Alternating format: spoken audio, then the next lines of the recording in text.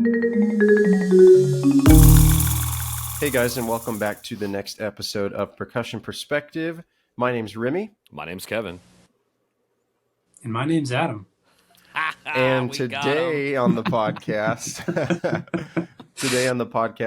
we've got a guest, Adam Bruce. We're going to do an interview with him today and talk about some stuff and get his perspective on percussion, if you know what I'm saying. So, welcome, Adam. Thanks. Yeah, thanks for having me. It's going to be fun. Yeah, absolutely. Adam is, we'll let him introduce himself here in a minute, but Adam is one of the first guys that we really wanted to interview whenever we started talking about having some guests on the podcast. And Kevin and I both look up to him, as a percussion educator and a percussionist. And so, he was one of the first ones that we thought of. So yeah, welcome, man. And take a second, introduce yourself if you don't mind. Well, thank you. I appreciate that. I, as a percussionist and percussion teacher and someone who's obsessed with all things percussion, this is the right place to be.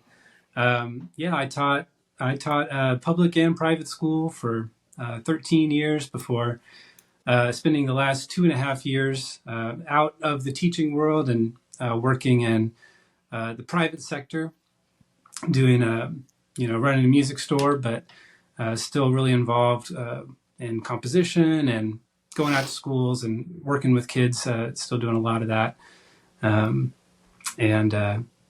Just looking for every excuse to either be talking shop percussion or actually doing it.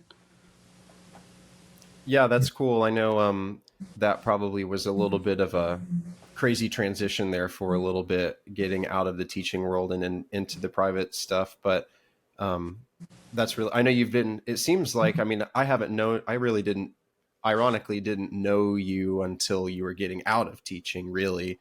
But it seems to me like you've maybe had a little bit more time for like performing and stuff after, since your hours are a little bit different now. Yeah, definitely. Before I moved up into the Tulsa area 10, 11 years ago, I was playing pretty often in Oklahoma City with Oklahoma City Phil. And then once I came up here, my teaching schedule just didn't allow any of that at all. And so now that I'm not teaching full time, I'm able to say yes a lot more often to playing around town up here. Yeah, I think that's probably one of the... Kevin's here, by the way, too. I just keep looking at him. That's probably one of the toughest things in like being a new dad too, but being a teacher and I just have to say no to performance opportunities a lot. I just don't have time for it, which is, there's more important things. So it's, it ends up being fine, but it is a bummer sometimes. So I'm glad you're getting to do that. And like, you've got a lot of knowledge, so you can still get in, where you're working, you can still get in and see kids and clinic and things like that. So that's good that you're kind of getting to do the best of both worlds maybe for a bit. Yeah, it's nice to be able to scratch that itch. And and as far as doing clinics and stuff, that's part of my job now, is going out and helping teachers. And a lot of schools I go to, they don't have a percussionist on staff, or there's just one person. And so going and doing stuff that I would have done when I was teaching, like, let me, change these heads for you, or tune your concert bass drum, and just pop in and try to be helpful in a very tangible way. Yeah, that's good. It's fun. Yeah. Yeah. Well, cool. Go ahead, Kevin. Sorry, I forget. Yeah. I was kind of moving on just a little bit. We were going to talk about, Remi and I have talked about our high school and college experiences as percussionists. So would you like to just kind of give the people a little bit of a background on your high school percussion experience, and then kind of how your college experience went before you started teaching? Sure. Yeah. So in high school, I grew up in Edmond. I went to Edmond Memorial High School, and none of the band directors were percussionists there. And so we had a series of different percussion techs that would come out during marching band. And a couple of years when I was in high school, we had an indoor drumline program too. And so we would glean from them what we could, and then we're kind of on our own for the rest of the time. And I didn't really take private lessons until I was a junior. And so those first couple of years of high school, it was all about marching band. And luckily, I was completely hooked in because the music was so great that we were playing. We did soundtrack from Jerry Goldsmith's The Mummy, which is an awesome soundtrack. And then my sophomore year, we did The Planets. So pretty hard to beat. Definitely had me, hook, line, sinker.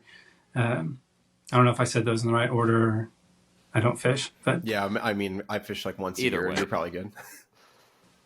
maybe the point came across. But and then so we weren't doing any percussion ensemble in high school, and there wasn't anybody challenging us outside of marching season. But luckily in middle school, my middle school director and who started us was a percussionist and did a great job. We did tons of percussion ensemble. And so I really fell in love with that in middle school. And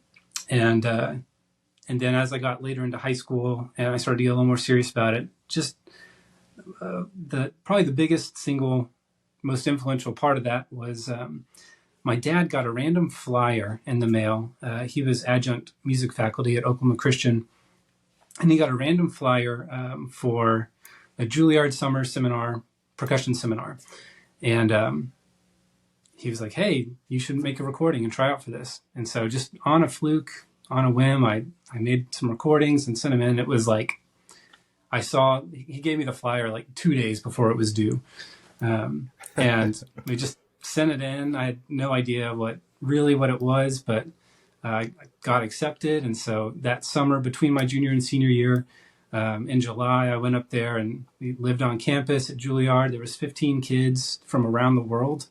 And it was completely transformative. It was a really awesome experience. And that's what really hooked me in. It's like, okay, this is my path. Before that, I was like, I should be in like the Blue Man Group or Stomp. That'd be awesome. Yeah. And then after doing that seminar, it was like, no, not that those aren't like legit ways of playing percussion and performing. Right. Those are awesome. But I was like, oh, okay, the concert side of things that's where I really love this and I really want to dive deeper, and decided to study music in college. What was something in that do you remember anything specifically cool about that Juilliard camp that stuck out? Yeah, I mean it's been over 20 years, so a lot of the details are fuzzy, but a couple things I remember. Joseph Gramley, he led the camp and he did for a long time. He was at Michigan for a long time. Now I think he's at IU in Indiana, but he spent a lot of time working on accessories with us, which it was like I only knew the basics. I didn't really know anything about accessories at all, and so that was really cool. And Glenn Velez taught us. He did a class with us on how to sing overtones, like how to make overtones come out of your voice. Wow. And it was amazing. And none of us were great at it, but it just opened your eyes to all sorts of new things, and it was really cool. Yeah, that's got to be a super cool experience for you said it was in between junior and senior year. That's got to be a really cool experience for like a young high school musician, especially if you hadn't had anything like that before. I had like a similar background where went to a good high school, but we didn't have like a full-time percussion person either. And so I didn't know that. That's really cool.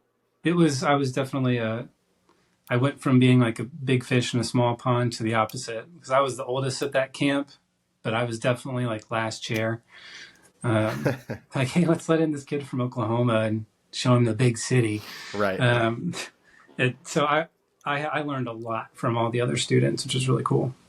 Was that hard to like when you came back for your senior year, did you just feel like completely different, and like you were like not that you had like a big head, but like you probably would have a big head coming back after doing something cool like that? And like in some ways it was hard. Mostly I was just excited to share what I knew.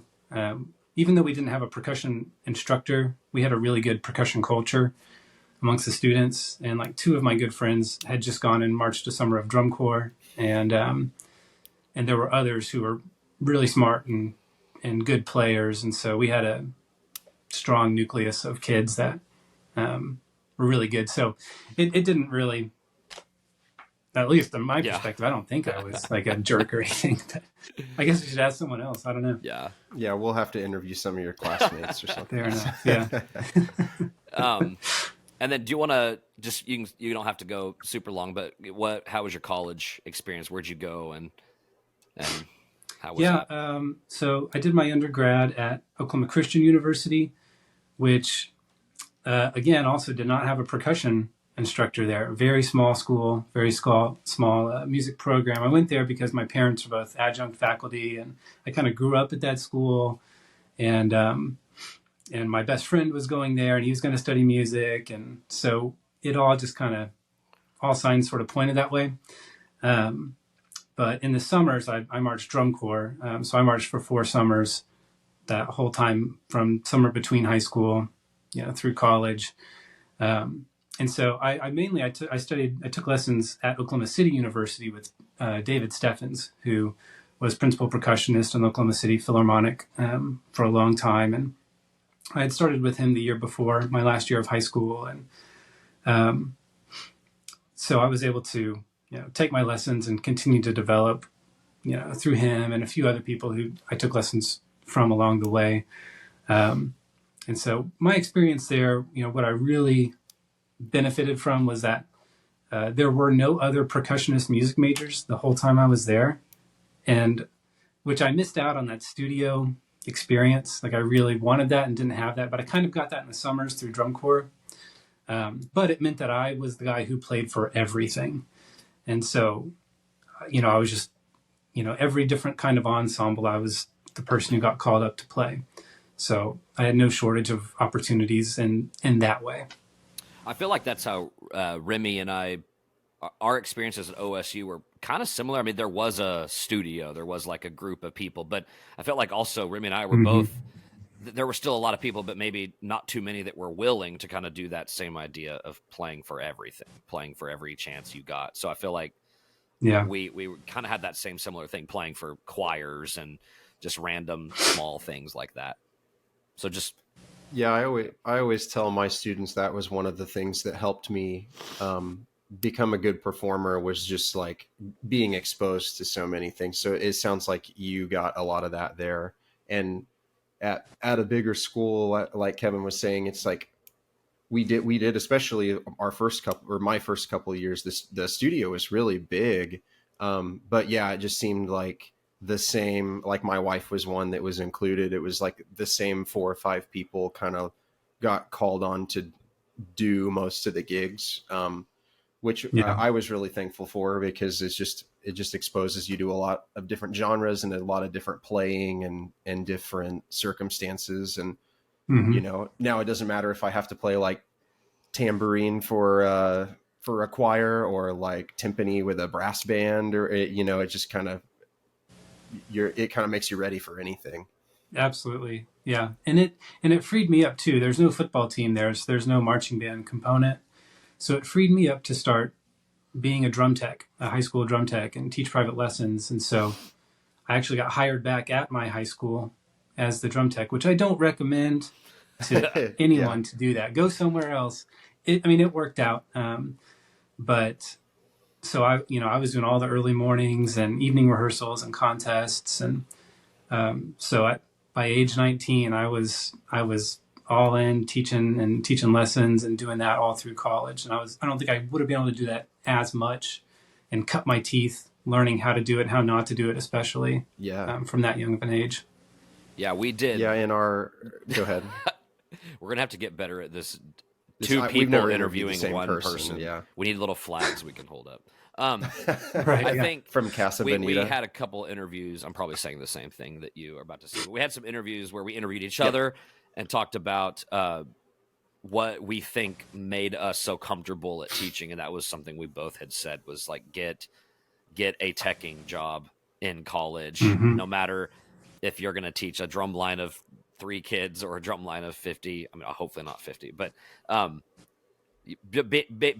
being able to just get in front of those kids, and whether it's teching or it's lesson stuff, that's probably one of the best reasons that I think probably all 3 of us are just really comfortable teaching, especially at younger ages, because we were just able to do that. Um, so yeah, that's what Yeah. you were going to say? Yeah. And I was given a really long leash too. There were a couple of years in there while I was still in college where I was planning and rehearsing percussion ensemble and taking them to contest. And so I really got a crash course before student teaching on, what's it like on the other side as a teacher. Right. And we, like Kevin and I both teched at the same program. As like as soon as he graduated, it was like, okay, well, I'm going to step into that role now. And Mm-hmm. Trish Bovinshin was kind of both of our mentor, and I would say she gave us pretty fair reign to do what we thought we needed to do. Or She's smart like that. yeah, keyword thought though. It's like maybe she probably sat back and she's like, well, they think they need to do that, but it'll be better if they figure it out on their own than if I just shut them down immediately. But yeah, Right. when I was in grad school, I got to take one of their groups to percussion ensemble contests and stuff too. So yeah, cut. You said the phrase "cutting your teeth," and that's exactly what it is when you're getting that experience. I think it's so much more valuable to get that experience during college than it is to just like sit in a practice room for hours and hours and hours. And not that practicing isn't important also, but if you're really wanting to be an effective teacher, it's just like that experience is the most important thing. So Absolutely. sounds like we all kind of had real parallel, maybe like percussion upbringings, which is cool. Yeah. Definitely. Adam, do you feel like when you were maybe younger or getting into college, do you feel like you were one of those kids that had to work really hard? Or did you have like a bunch of natural talent you could kind of lean on? Just interested in that. Um, I feel like I'm right in the middle. Everyone in my family does music, and I just grew up doing that. We all did. It's all we've ever known. And so, in some ways, you get those kids as beginners, and you got a leg up. I'd been playing piano since kindergarten, and singing in the Edmund Children's Chorus, and doing stuff like that. And so I felt like, I did have talent coming into it, from my parents who are both musicians, for sure.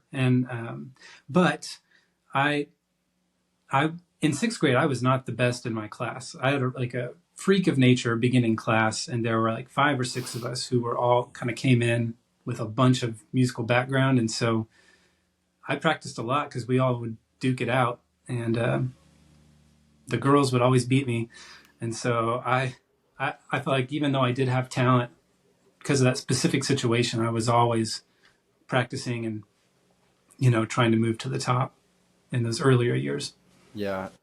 Did your parents make you take piano lessons? Like, was that there, or was that something that you wanted to do? Or It was the expectation. My mom okay, is a piano teacher, and it's something we all did. And so I never loved it. I got decent, but by the time I was starting to really get into percussion around 8th grade, piano kind of fell away. yeah, But yeah, so I never asked to take piano lessons. It was just that was just the expectation. yeah. You're 5 now, so you're gonna take piano. Yeah, Yeah, pretty much. Well, I always talk to people about that, and like I didn't do piano lessons or anything, and now as an adult, I really wish that my parents would have made me do that. But then the other side of that coin is I had multiple friends that I grew up with playing soccer. I played soccer for a long time, and they all took, their parents made them take piano lessons, and all of them just, it's kind of like one of those things your parents make you do it so you don't want to do it. If it's your own idea, it's like Sure. a lot more powerful. So it's like none of those guys ended up doing band for more than a year or two. They just, it seemed like it kind of burnt out music for them really early.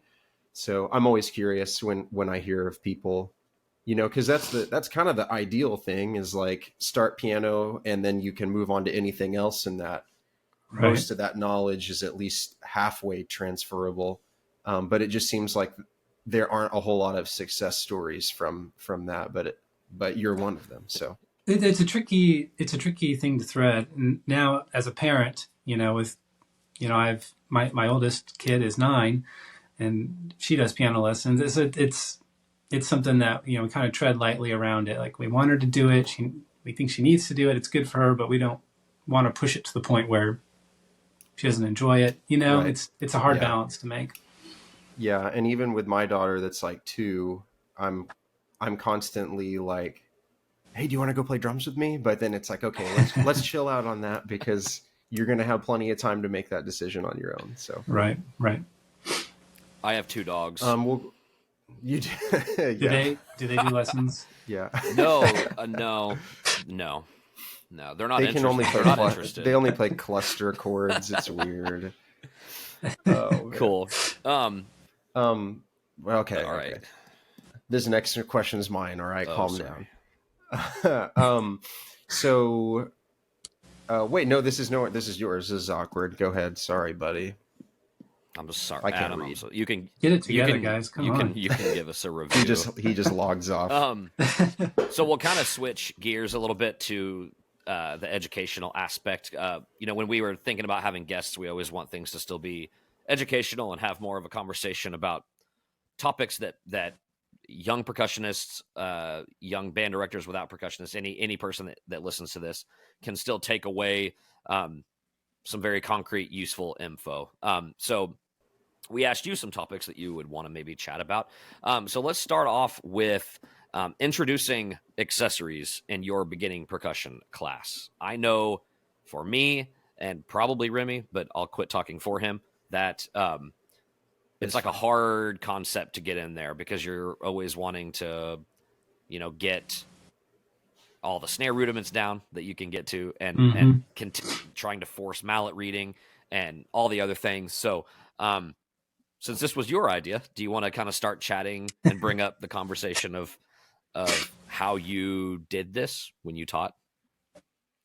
Yeah, I would say the first 5 years of my teaching full time, I didn't do enough of working accessories in with beginners, and I always, they get into the next year, and I would always look back and regret it and say, I got to do better next year. I got to make sure I get this one in there, and so once I finally took the time to kind of like chart out months, basically, like these are my big goals for the months. And, I always have like a weekly goal, or, by this point I like to be around here in the book, or, get to this scale roughly by this point in the semester.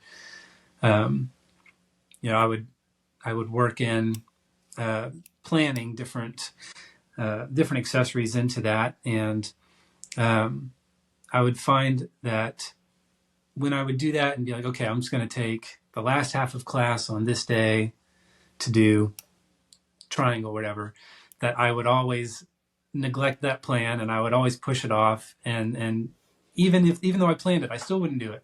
So I started doing like dedicating a whole entire class period to, like, I would pick 2 accessories, and like, we're doing triangle and tambourine all day today, because I would always be like, we can just, we can keep doing a few more minutes on scales and run out of time. So I would couple them up and take an entire class period. And it seems like it might be easy to run out of stuff to talk about if you're introducing the triangle for the first time and trying to split an entire class period. But it was important to me to get it in every kid's hand. And the last 8 years of my teaching in Tulsa, I always had really big beginner classes, 25 to 30 kids, and it was just one big class. And so it took time to get everybody a chance to hold. So one of the biggest, or one of the most important things that I found with introducing accessories that would get the kids more interested was to teach them a technique that they weren't going to need yet, like something a little bit more advanced that they're not going to see in their middle school music, maybe until 8th grade, but makes them more interested in an accessory, so they're not just like, when can we get back to the drums? But, like with triangle, After sort of, training them and grilling them on how to hold it, because so many kids they can't remember how to hold a triangle clip the proper way, or that, really training them on that, making the shape with their hand without the clip, and then eventually having grip races, like, okay, who can get to the proper grip in under 10 seconds and whittle it down, and teaching them like how to muffle the triangle while they're playing it, or rolling in different corners of it, or getting it a little bit more detailed than what they're going to need right away seem to help to get them to lock into it, and care a little bit more about it. With tambourine, I've never been great at the thumb roll. I don't know. My like ridges in my thumbprint aren't pronounced enough. I don't know. I'm going to blame it on something I can't control. You just got to soak your hand for a little bit. Like That's right. Get it all pruny. Yeah. Just steal the oboist little pill bottle and soak your thumb in it. Yeah. But, showing them thumb rolls, it's amazing. Some of the worst players that have like the worst technique with just basic percussion, they can thumb roll all 360 around the tambourine the first time, and it never failed. Every year there was a kid who was really good at that, and maybe they were kind of sitting like towards last chair regularly, and there was no pep in their step really for percussion, but they could be actually really good at that thing that some of the top players couldn't do right away. So those types of things, going a little bit deeper than necessary from the get-go, seem to get kids to buy into and be more excited for playing accessories. So I mentioned triangle, tambourine, craft cymbals, suspended cymbal, concert bass drum. Those are the ones that's like, I got to get to these 5 every year, no matter what. And, occasionally, we might have time for something else, like how does an egg shaker work? And that's a really hard coordination to get, at first, but stuff that you don't take time to teach until it's like, oh, we really need someone to do this right now. Try to get out ahead of that. Yeah, that's been my last 4 years or whatever. So, I definitely am going to take the time to plan out for this semester class period. And that I was going to ask you, but you kind of already answered the question. What is your like list of, you have to cover those aux instruments? But you said triangle, tambourine, sus, crash, and bass drum. Those be the 5. Okay. Those are like the non-negotiables for me. And with bass drum, showing them right away different playing spots. Like, hey, if you've got 8th notes, play closer to the middle. Teaching them how to roll, even though they're not going to roll on the bass drum in 7th grade, or reach around the back to muffle. If you're ending with a piece that it's like a march and it's got a short note at the end, those types of things. Pay attention to if they wrote a half note or a quarter note, and I would go overboard with muffling on bass drum. Like teach them like, hey, you got to pay attention to this long note and then muffle it right here, or muffle this much or that much. Because this is this type of a piece, and just really try to get them thinking when their parts are really basic and they can learn it in like 1 rehearsal or 2 rehearsals, and they're going to spend 2 months on it. Go way deeper to keep them engaged. Yeah, and that's something we've talked about on the podcast in the past. Is like, if as their teacher, like they're looking up to you for basically all, or not basically, just all their percussion instruction.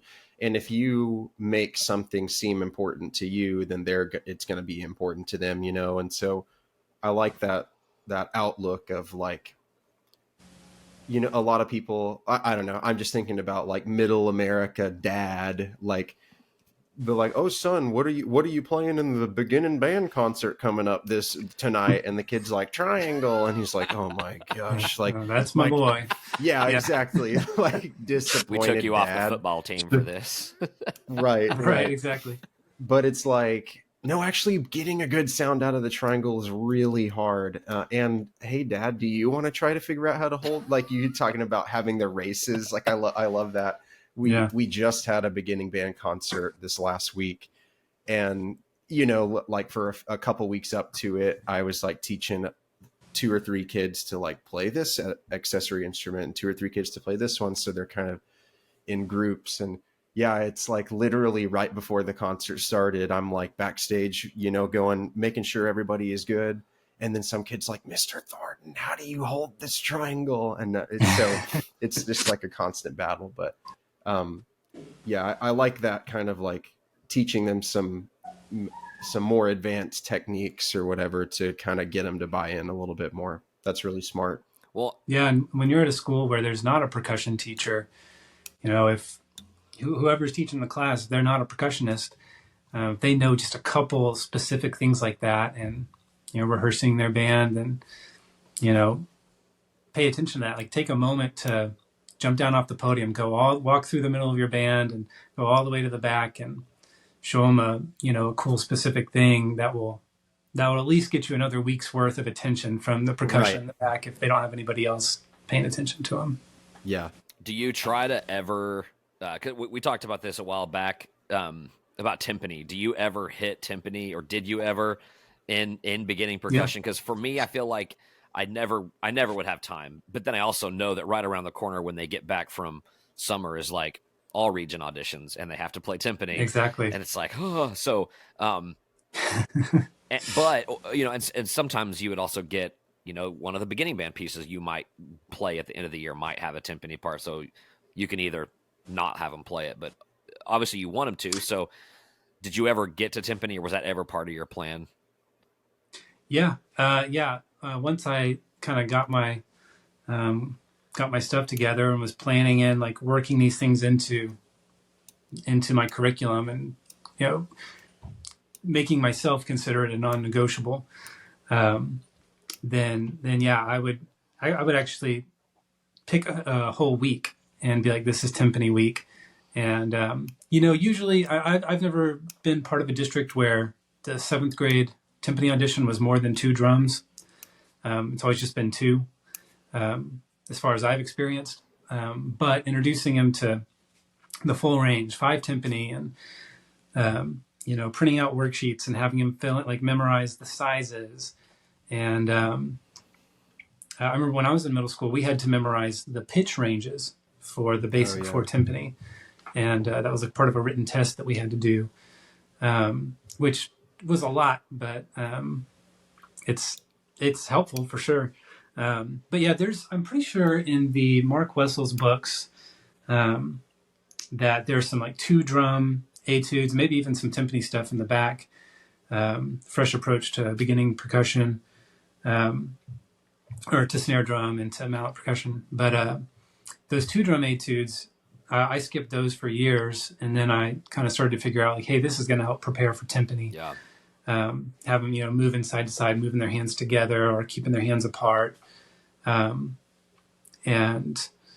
using those little lines to teach the basics of timpani, and get them comfortable moving around. And not always, obviously nobody's going to have enough timpani to have all their beginning percussionists play timpani, or the room, much less have the space for it. So you can have kids sit on the floor or whatever. Or something that I got really into doing with honor band prep when I'm a whole class and we're working on timpani is we would do timpani chairs. We would take 2 chairs and set them next to each other, but turn them in to a V, and then play on the top of the backs of the chairs. It's a horrible sound, but it's a good way just to get used to moving back and forth when you don't have enough instruments. Yeah, I would have them do their pads. So if we had enough pads, kind of set them up. I mean, we wouldn't ever have enough. Sometimes we'd kind of be secretly stealing some of the other grade levels pads, but yeah, setting them up. At least they're in that, like you said, the motion of moving side to side. And the Wessels book does have some of those good little etudes. He also, backing it up just a hair, goes into depth. Mark started to include in the new the dual book he created, Beginning Percussion Class.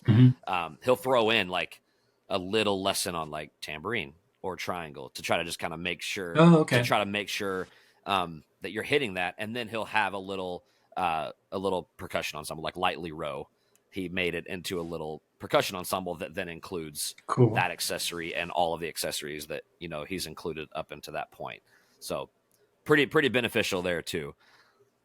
Definitely. Yeah, it's so easy to skip over that stuff and just try to get to the next flam rudiment, but it's really, that's what they have to know for 7th grade. Yeah. And so it's better to get out ahead of it. Yeah. Yeah, I was just about to say, because I started using that new Wessel's book this year, and like we got them and right when school started, so I really didn't have a whole lot of time to really like proof through it and like plan. So it's like kind of going through it with them at the same time. And it's like, Tambourine shows up and I'm like, Mark, I don't have time for this. What are you talking about? Like we're trying to learn downstrokes. What do you mean? Anyway, and now it's like I'm looking back like, okay, I already have like a way better idea of how I'm going to use this book next year. Yeah, that's cool.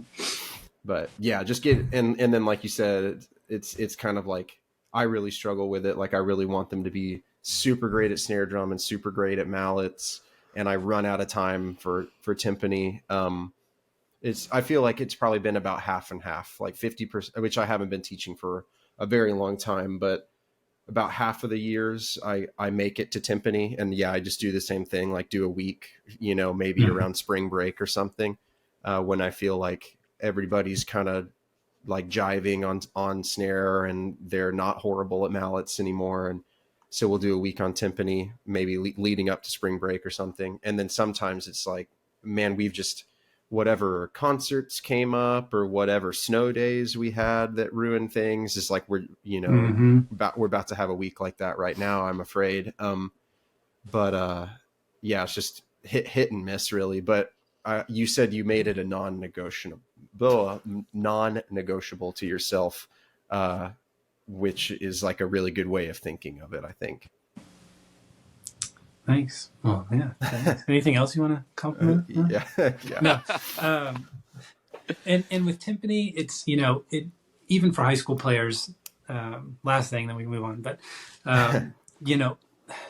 playing timpani well, you have to use a different type of stroke. And so I always want to make sure that I had, the majority of the kids doing really well with the rebound strokes and downstrokes and not using too much arm. Long before, like, okay, now on timpani, you do need to move your arms a little bit more. You've got this enormous drum that you've got to make the whole thing, the whole bowl resonate. Yeah. And your tiny little 6th grade wrist is not going to do that. And so being able to understand that concept and separate it from the training they've already had, I think is important to mention as well. Yeah, because you're like, now for something completely different, and like, by the way, it uses a different clef, and that was one question I had for you. Do you jump right into timpani with like, here's bass clef, or do you just give them like, like a little 2-drum etude or something, and just say, don't worry about the note names, just look at high and low, or how do you approach that? For a long time, I did that second, like just worry about high and low, what's higher on the staff, what's lower on the staff. And then I decided, well, I had a couple of years where my beginning class period was like an hour and 10 minutes every day, wow. Which was great. Awesome. Yeah. And so when I started to have that schedule, then I decided from the beginning of the school year, I'm teaching the grand staff, like they're reading piano, like bass clef and treble clef. 2 ledger lines below, 2 ledger lines above, C up to shining C, and just tried to get bass clef in from the get-go, so it wasn't this thing that became resisted later on. Right. Because that was usually, I would find that with quite a few of the kids, they would resist learning bass clef. They're already like have an aversion to reading melodies because they can't look at their hands and play this, and then it's like, oh, by the way, there's this other clef that's like just a little bit different than treble clef, and they're really like, close, but yeah, it's like literally 2 notes off. But this is torture. Yeah, and they're like, but I hate this now. So that's our one thing that I've been struggling with recently is just like my schedule, and we went to a 7-hour schedule, so our hours are 45 minutes right now. And like for a percussion class, that means it's like 35 minutes, you know, when you're like Yeah. taking a few minutes to set everything up. And so, yeah, it's just really hard to make it through everything, but hour That's and tough. 10 would be pretty awesome if that could happen. Sweet. But these tips are all really, really great for whatever length of time you've got. Okay, we'll be done talking about that one. The next one that you had kind of mentioned, the other topic, was prepping eighth graders to kind of make that leap into high school, and talking about kind of what you did to prepare them. So do you want to talk about that for a little bit? And you know, so we've already touched on some of it, kind of trying to future proof your kids, but Mm-hmm. Yeah. I mean, every program everywhere, eighth grade kids have a lot of trepidation about jumping to high school and marching band and, you know, being with kids older than them. And there's just a lot of that's baked into it. And that's how it is. And I felt that myself when I was in eighth grade. I remember that feeling. And so I tried to come up with ways to get out ahead of that. And one of the things that I found really helped prepare kids playing wise for high school was baking in sort of extended techniques into the typical concert band warm up, to where the kids don't have to be me pulling them out into another room to be getting better.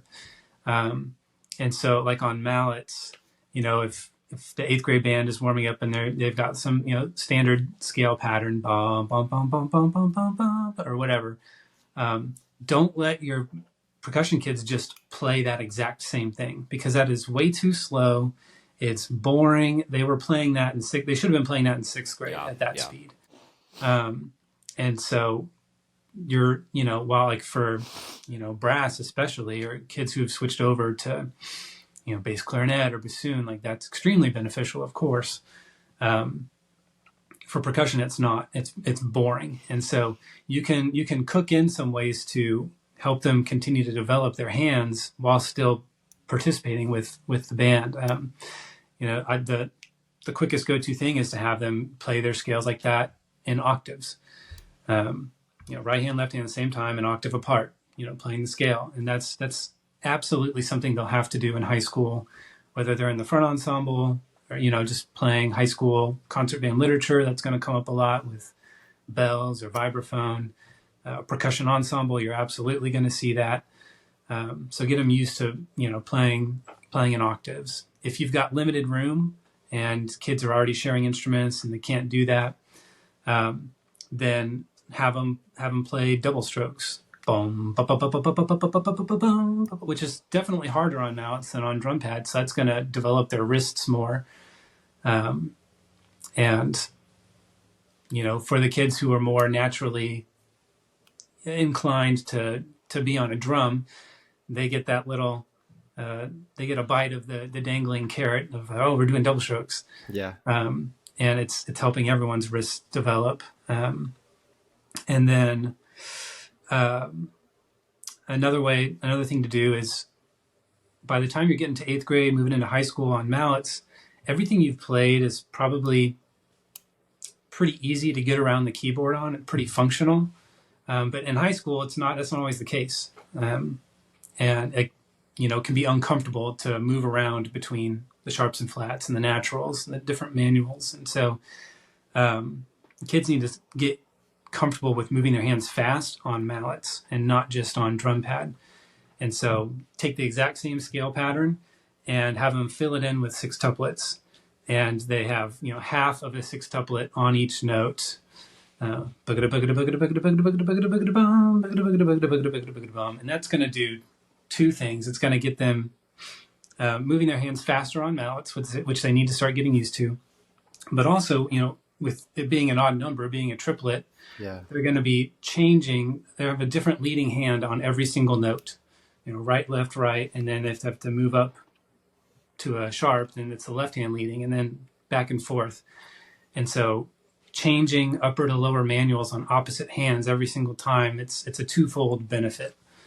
So those are things just with that one very simple scale pattern. That's 3 different things that will really help your kids.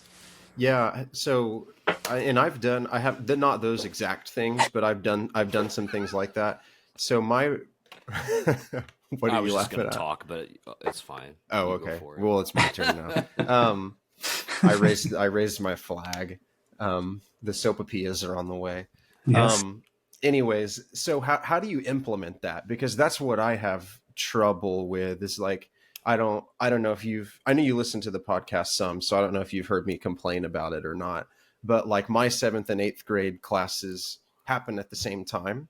So I'm like seeing my 7th grade, each of them I see 2 to 3 times a week. So I've always just had trouble. Like, I just don't get to see the kids enough to have time to actually work on, like a daily drill that they can put in with their concert band, or I had that exact. Oh, sorry. Go oh, ahead. I was going to say, or the way that our middle schools are structured right now, like we're busting at the seams, which is a great problem to have.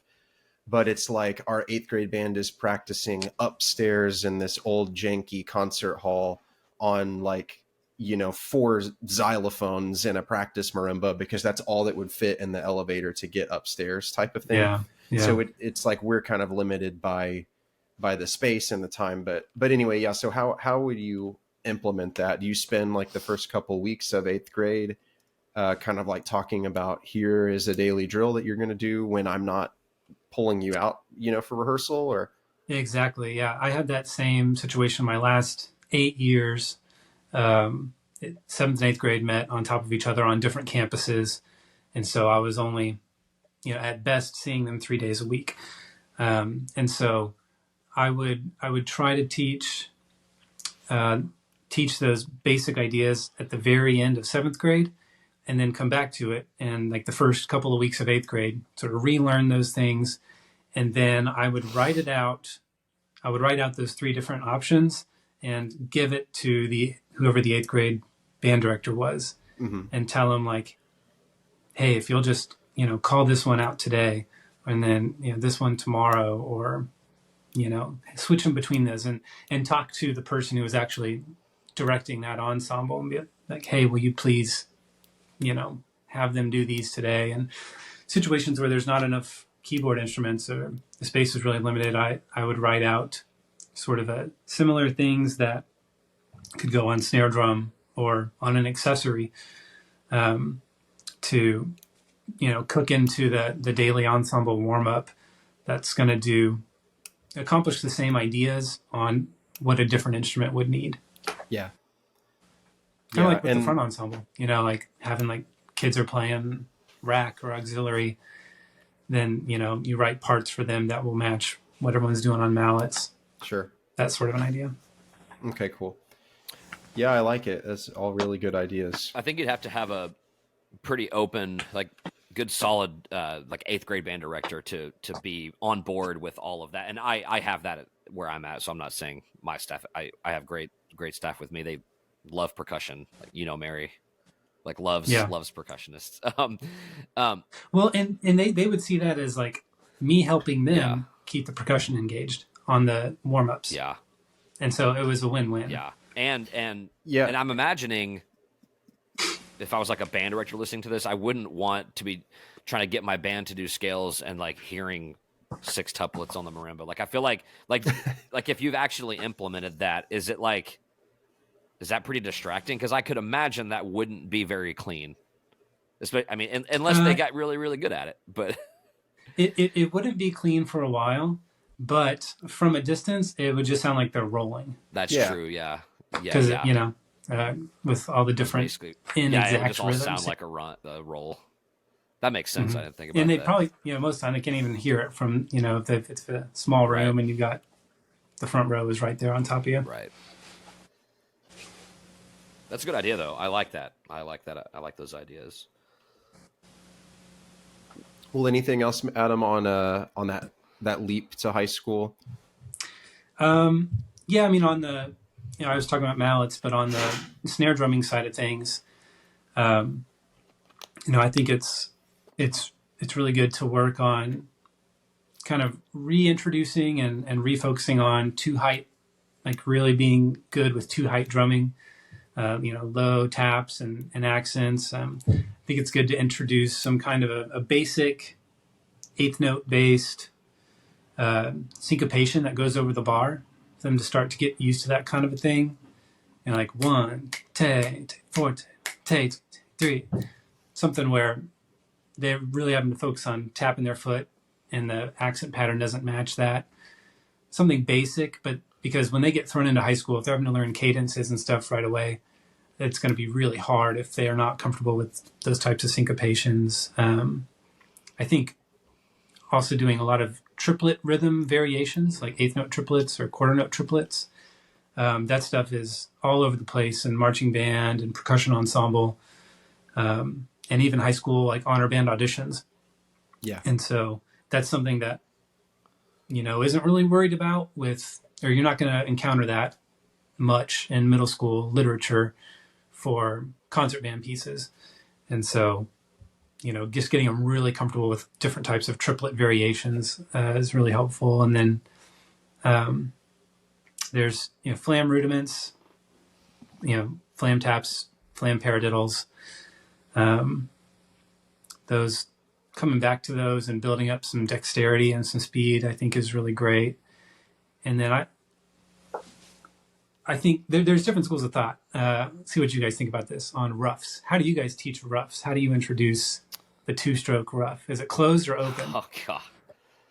So what I do is I tell them that it is like a flam, but and then from there it kind of depends on the kid. Like, you definitely have, you talked about like dangling the carrot with double strokes.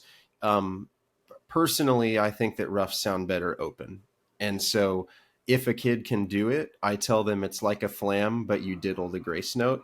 And then, but it's like, but if you can't get that to sound clean, then you can just buzz the grace note, like it ends up sounding like a flam with a buzzed grace note. That's how I go about it. And then I already kind of have those kids highlighted in my mind of like, you're one that would be able to play it open. You're one that would be able to play it open.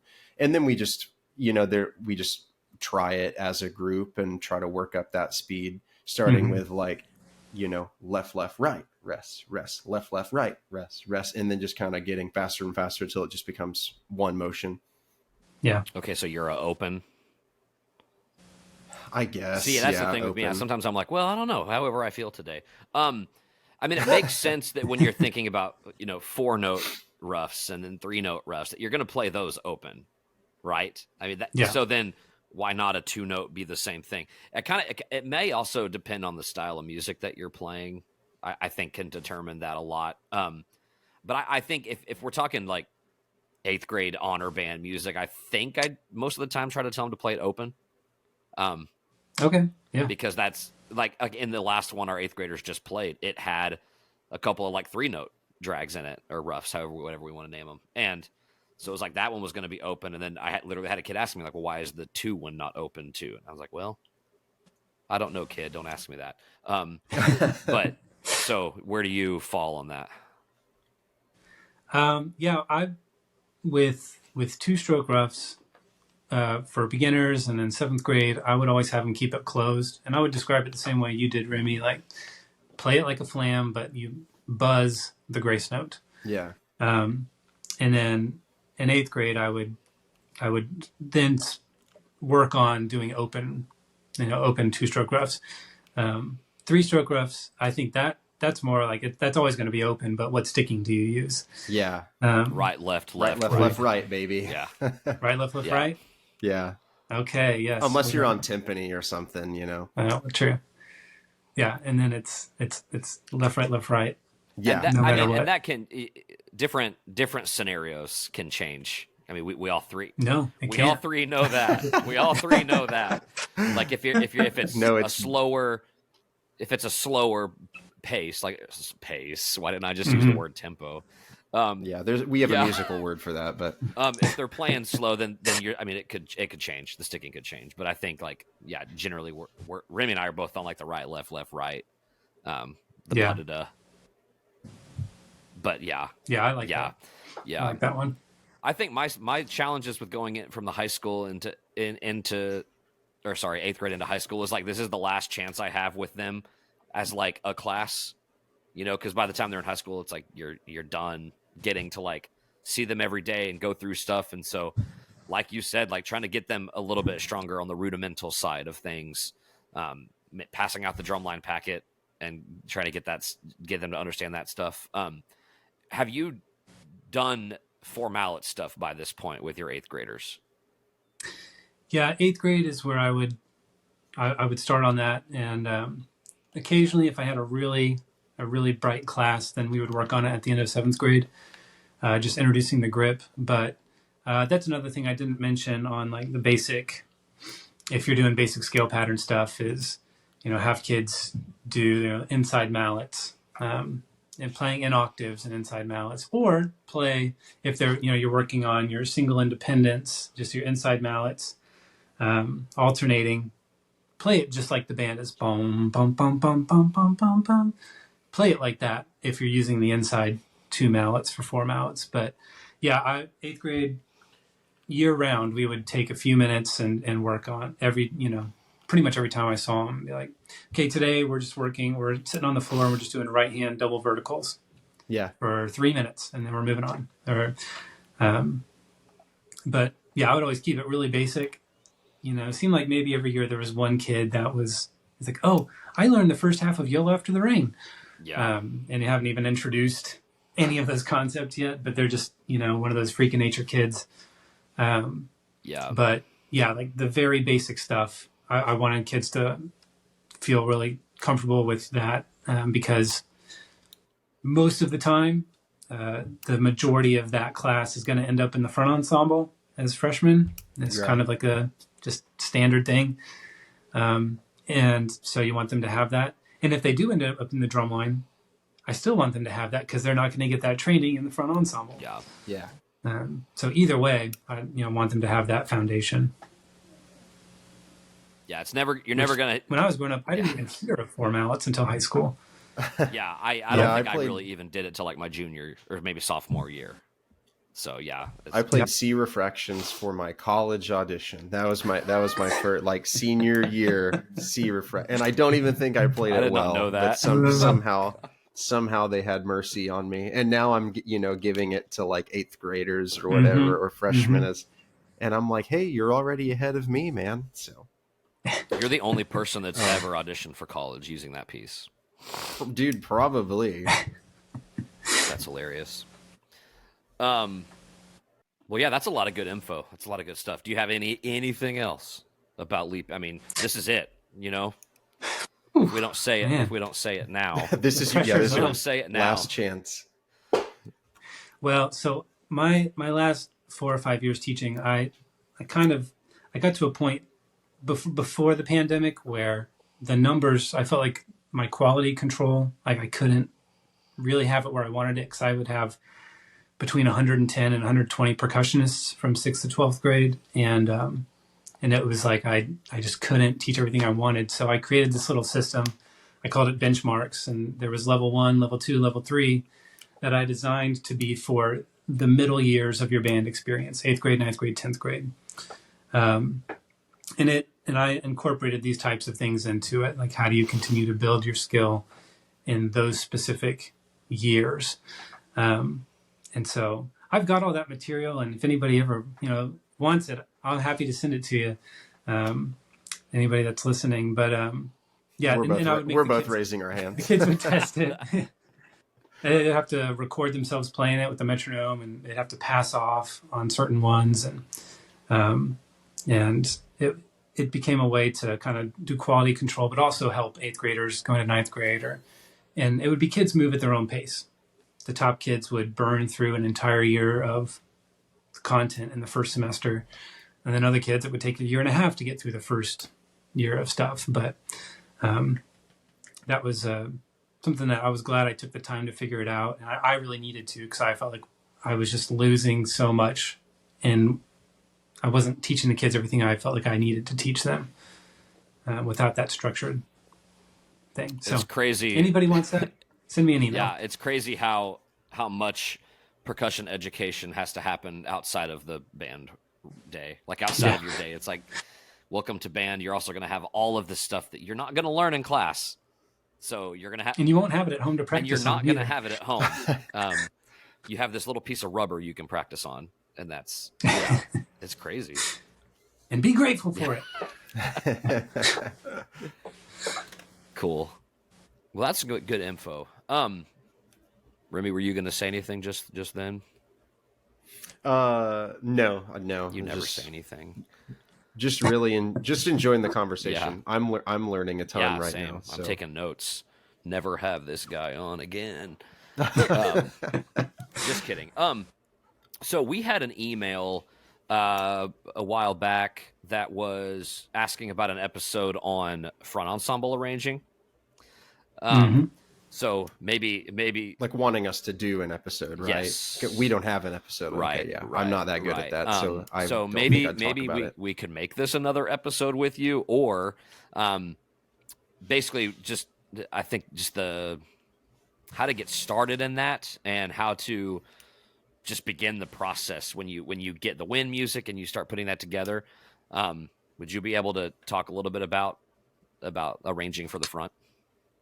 Sure, yeah. And I mean, I can kind of go in broad strokes for the sake of time. Sure. But yeah, I mean, I think, when I started out arranging, it was just for the battery. And I would sit and listen to the source material over and over and over. And it would be the number one most played thing on my iPod. And would you tell people what an iPod is? There you go. I'm yeah. Just kidding. Yeah. Go to some, museum. And you'll be able to find it, I'm sure. It's the thing we all have that used to not be able to call anybody. Yeah.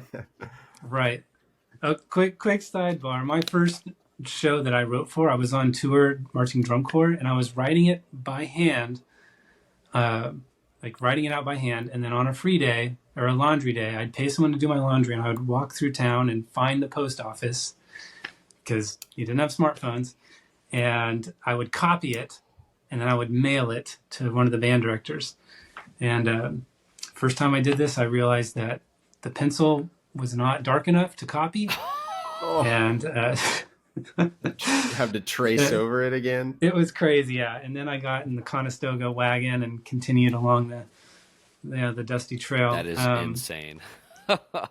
Yeah, but so when I first started arranging for marching band, marching percussion, I would listen to the source material and just memorize it, internalize it completely. And I don't do that anymore. I don't feel like I need to. I know, what needs to go here and there just kind of by instinct and by doing a lot. But I would say live with the source material and then find somebody who's older than you that does this, that you may know or you may not know, and just ask, can I have a score from a couple of years ago to study how you did this, and ask somebody to study one of their scores.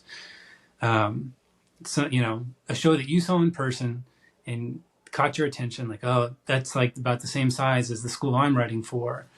And they sound really good. And, don't try to get the score to the Blue Devils front ensemble, whatever, because it's going to be the worst thing that you could study when you're first starting out.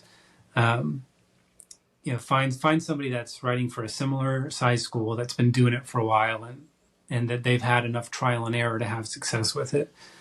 That's my most basic starting point is study someone that's already been doing it and try to get your hands on a score so you can figure out how did they do it and make notes. Oh, when it was the saxophones and mellophones playing this, they doubled that melody with chimes and crotales, and that was a really cool choice. Or, oh, use an ostinato in the low end of the marimba whenever the low brass are playing, and just like pace out, or write things down. Don't just listen and go with your heart. Yeah. What's going to be the coolest, fastest run up the marimba. But be meticulous. What pairs well within the front ensemble with what's going on in the wind section. And very few times does everyone need to roll on suspended cymbal at the same time. Yeah. Like maybe twice in the whole entire show, maybe. It's the end. And it's at the very end. Yeah. That's the number one, mistake that I see around there is way too much suspended cymbal. So it's almost like you're learning by studying other scores. You're learning just these little like rules, kind of like they did this here with this, and I liked it, so I'm going to write that down and keep it in my notes and do that when I see appropriate. So you said you listened a lot. Would you like listen and then try to come up with your own little like what would sound good with it? Sort of. Yeah, and now I'll use like voice memo on my phone, and I'll play where I am and record that, and then just kind of hum like a little counter melody or an ostinato idea to go underneath something, or just talk. I'll just talk through it and say, maybe right here, everyone's just playing dead stroke half notes, and it's more we have texture going on with tambourine and triangle, and get out of the way at this point and sort of give broad strokes through the whole thing, and then come back and fill in the details later. Like get an idea for what's going to go on in every different phrase before trying to put down notes. I'm sure you get a section done and then you're like, I don't like that, or like it doesn't work. Yeah. Because sometimes I've definitely fallen into the trap of I'll completely write out an entire phrase and orchestrate it, and then I'll skip around to another spot, like whatever speaks to me first, and that's I think that can be good, but sometimes that'll end up with, oh man, it's this color, it's way too much of the wood texture, and then I'm doing that and same thing in the next phrase, and then I'm doing it again and it needs to switch to metallic, and you don't have enough variation in there. So go through and map out different color choices and what needs to be doubled, what doesn't need to be doubled before filling in everything. Yeah, and that's what I'll say. One thing that's one thing that I'll do, and is nice about not having to like do this on staff paper anymore. But you can go through and like use Sibelius and make text boxes or whatever for yourself. Like you can do that for yourself, and then you're going in and deleting that stuff before you actually send parts and a score and everything. But yeah, this is I'm really interested in this because I was never in a front ensemble, but I do a little bit of front ensemble arranging, really just for my own school. The rest of the stuff I do is battery writing. But I'm always trying to get better ideas, just because I feel like I have a really good grasp on what sounds good, as far as creating different textures within the battery and pairing, like it's kind of like one of those things. There are also very few times when like all three battery sections need to be playing all, right. It's like, probably more so than your suspended cymbals, but not all the time. It's like usually two of the three will do it, or even just one. So finding those textures that make sense together, but I don't have as much of a grasp on that for front ensemble, and it just because I've done it a lot less. And so I really like your idea of, finding somebody that has been doing this longer than you and has had some success and doing some score study.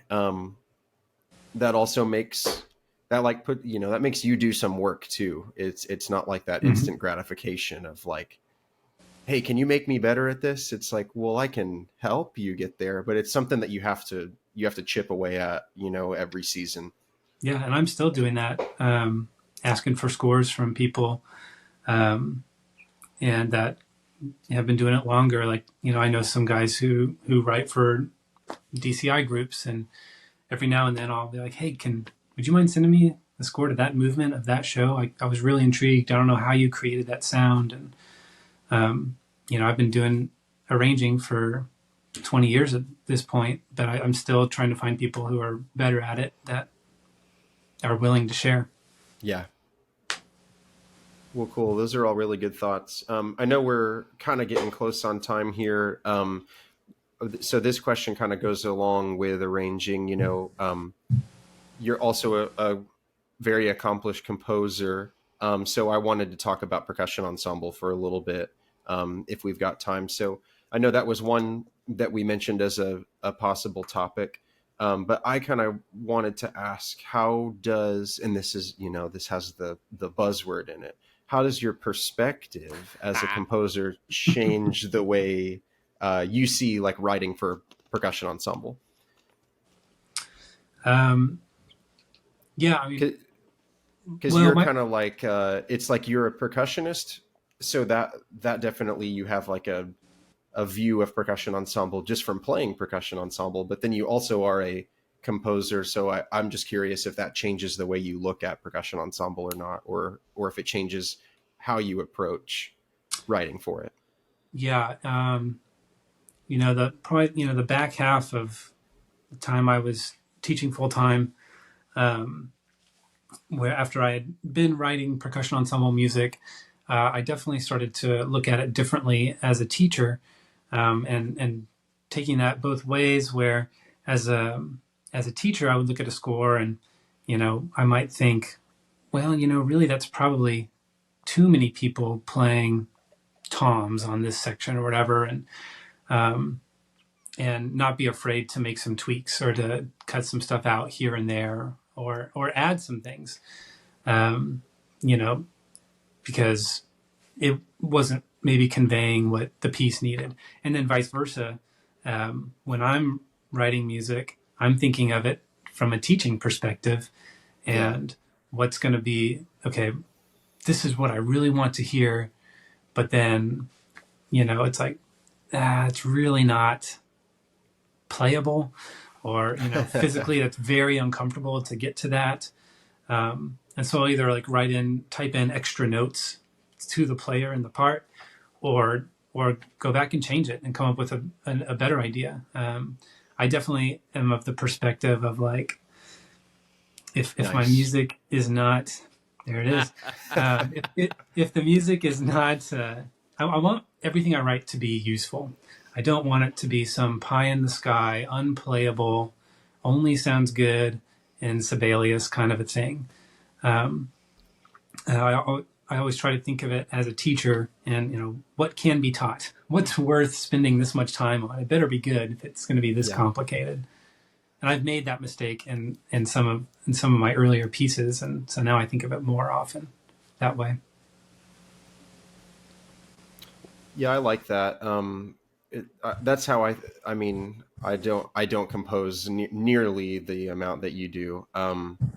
It's something that I want to get more into, but it's just like really hard to find the time to do it, and to find the energy to do it. And but yeah, it's like when you are writing, you want to make sure it's like, it has to be educational too. And like the teacher in you, probably wants that. It's like, well, we really need something that's just creating time here. But it's like, but if I write this part where this kid just plays the same rhythm, the same ostinato rhythm on triangle for like 68 measures, like that's not, like I programmed a piece right now that we're starting on if we don't have a blizzard or whatever this week.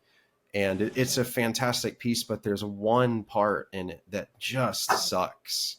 And it's like, I've just make that explicit rating. Yep, there it is. Yeah, there it is. There's one part in it that is just horrible. And it's like, I guess I'm going to rewrite that one part, because I don't want to give that to a kid.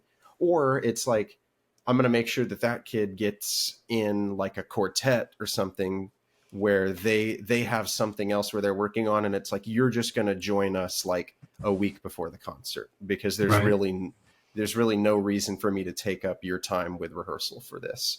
And that's always painful as a teacher, where it's like, you really like a piece, but there's something where it's like, you feel like you're wasting a kid's time, by having them play a certain part. So yeah, I can appreciate that a lot. And probably a lot of performers can appreciate, composers with some compassion on them. I'm sure you've played some really boring, repetitive parts too. Yeah. And I also think that same line of thinking can apply to dynamics in a concert band piece, where, older stuff, older music, it's like, everybody, if you look down the score, everybody is forte at measure 29. Yep. It's like, well, do you really want this snare drum playing forte? I know the answer is no. Yeah. And I try to really think about that. I try to like pre-balance for the teacher. And this is a forte moment, but I'm only going to put mezzo forte on this particular instrument because I know it's going to be too much if they actually play forte. And try to think of, with the educator in mind. Are you composing anything right now? Like, are you working on anything other than arranging? Oh yeah. I am, yeah. So yeah, right now I'm doing another large-scale percussion orchestra piece for TCU, Texas Christian University. Way. Cool. Brian West there. He's like the grand poobah of large percussion orchestra. Yeah. He's awesome, and so that's what I'm doing right now. I'm doing less marching band arranging, way less, so that I can spend more time working on this. That's awesome.